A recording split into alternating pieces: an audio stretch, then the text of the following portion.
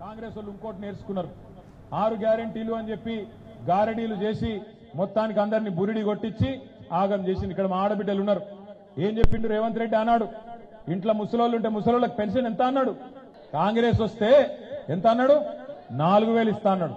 కేసీఆర్ ఒక ముసలోనికో ఇస్తుండు, లేదా ముసలవ్వకి ఇస్తుండు, నేను వస్తే ఇద్దరికి ఇస్తా అన్నాడా లేదా?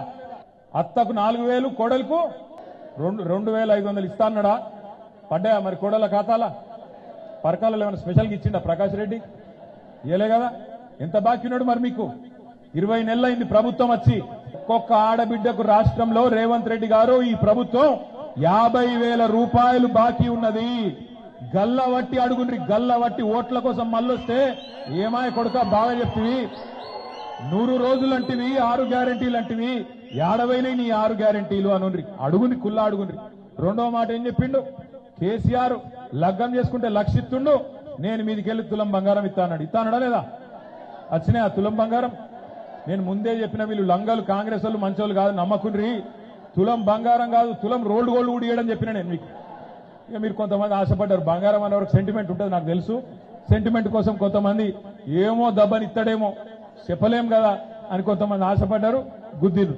ఇలా పని చేసిన పాపానికి ఉన్నది పోయింది మొత్తం.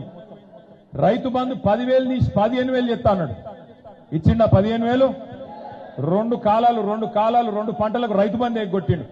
కేసీఆర్ ఉన్నప్పుడేమో మీకు నాట్లప్పుడు పడుతుండే రైతు బంధు, టింగు టింగు అనుకుంటా.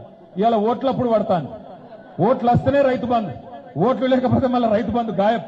మళ్ళా దొరకరు వీళ్ళు. ఒకసారి పార్లమెంట్ అప్పుడు వేసిండు, ఇప్పుడు మళ్ళీ పంచాయతీ ఎలక్షన్లు ఉన్నాయి కాబట్టి మళ్ళీ డబ్బల ఓట్లు పడాలి కాబట్టి మళ్ళీ నిన్న మొన్న వేసి ఇక చేసుకోపోయి సంబరాలు అంటుండు. కేసీఆర్ గారు 70 లక్షల మంది రైతులకు 73,000 కోట్లు వేసిండు. మా ఆడబిడ్డలు ఉన్నారు కాబట్టి ఇంకొక మాట కూడా నేను యాద్ చేస్తున్నా. కేసీఆర్ ఉన్నప్పుడు వడ్డీ లేని రుణాలు 3,000 కోట్లు మనం ఇచ్చుకున్నాం. కానీ ఎన్నడికి ఇంత డబ్బా కొట్టుకోలే, ఇంత ప్రచారం చేసుకోలే. ఇలా 300 కోట్లు ఇచ్చి సారాన కోడికి బారాన మసాలా అన్నట్టు 30 రోజులు సంబరాలు చేసుకోనట. బాకీ ఇంకా దాదాపు ఇంకొక 1000 కోట్ల బాకీ ఉన్నాడు, అది మర్చిపోయిండు. 300 కోట్లు ఇచ్చి 30 రోజులు మా ఆడబిడ్డలు సంబరాలు చేయాలన్నట. దయచేసి నేను మిమ్మల్ని ఒకటే కోరుతున్నా, మనకు మోక దొరికినప్పుడే వాత పెట్టాలి. ఇవాళ మోక దొరికింది, మీ ఇంటి ముంగడికి వస్తారు మళ్ళా కాంగ్రెస్ వాళ్ళు వచ్చి అవ్వ అంటారు, అక్క అంటారు, చెల్లె అంటారు, వదినే అంటారు, మరదలు అంటారు, వరుస కలుపుతారు. మేము ఉన్నాం కదా నీకెందుకు అంటారు, నువ్వు గట్టికినకపోతే నీకు ఇందిరమ్మ ఇల్లు ఇయ్య, నీ పెన్షన్ కట్ చేస్తా, నీ కార్డు తీసేస్తా అని బెదిరిస్తారు. వాని అయ్య జాగీర్ కాదు, రేవంత్ రెడ్డి తాత సొమ్ము కాదు, ఇది మనది, తెలంగాణ ప్రజల సొత్తు. అందులో వరంగల్ ఆడబిడ్డలతో పెట్టుకుంటే మీరు ముందే సమ్మక్క సారక్కకు మీరు వారసురాన్లు, కాకతీయ రాణి రుద్రమదేవికి వారసురాలు మీతో పెట్టుకోరు వాళ్ళు. కానీ దబ్బన పెట్టుకుంటే ఇంట్లో మళ్ళా సరాతం మరలేసి 2 జరుస్తే ఎక్కడోడక్కడ కాంగ్రెస్ ఉడికిపోతాడు. నేను ఒక్కటే అంటున్నా, సందు దొరికినప్పుడు కర్రు కాల్చి వాత పెట్టకపోతే మళ్ళా దొరకరు. మళ్ళా 3 ఏళ్ళు ఉన్నది ఎలక్షన్, ఇప్పుడు చూసుకోవాలి, ఇప్పుడు అడగాలి, ఇస్తావా లేదా? 2,500 ఎప్పుడు ఇస్తావు? నా బిడ్డకు స్కూటీ ఇస్తాను ఎప్పుడు ఇస్తావు? నా కొడుకుకు విద్యా భరోసా కార్డు ఇస్తాను ఎప్పుడు ఇస్తావు? మా అత్తకు 4,000 పెన్షన్ అన్నావు ఎప్పుడు ఇస్తావు?